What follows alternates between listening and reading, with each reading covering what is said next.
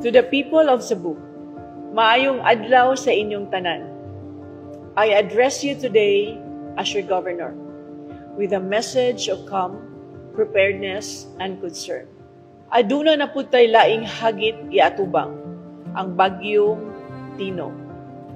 But I want to assure each and every one of you, especially our towns who are still recovering from the September 30 earthquake, that you are not facing this alone.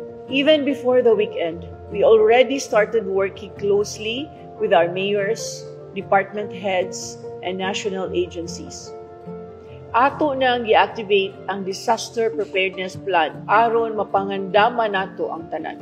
Aduna pud special disaster preparedness plan alang sa mga lungsod nga apektado sa linog.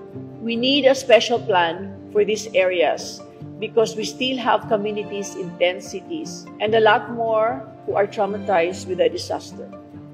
Ubos sa atong disaster preparedness plan, naka-preposition na ang atong food packs and essential supplies. On standby na atong response team and heavy equipments. Open and ready na ang atong communication lines and mobilized na ang atong medical teams. All provincial departments are also on alert, and our PDRRMO continues close coordination with local DRRMOs as well as the Coast Guard, PNP, AFP, DPWH, Navy, and other agencies. To our brothers and sisters in the north, in Sugod, Tabugon, Bourbon, Bugo, Daan Bantayan, San Remigio, Midilien, Tabuelan, and Bantayan Island, and all nearby towns, please know nga di mo na mo pasagdan. We understand your fears after the quake and aftershocks. Lisod, pero andam ta. We will protect life and ensure your safety. Apan mangayo pud ko sa inyong tabang.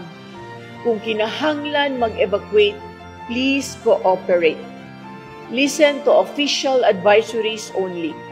Ug dili ta mo kumpiyansa. To our responders and volunteers, daghang salamat. As always, your service reflects the heart of our province.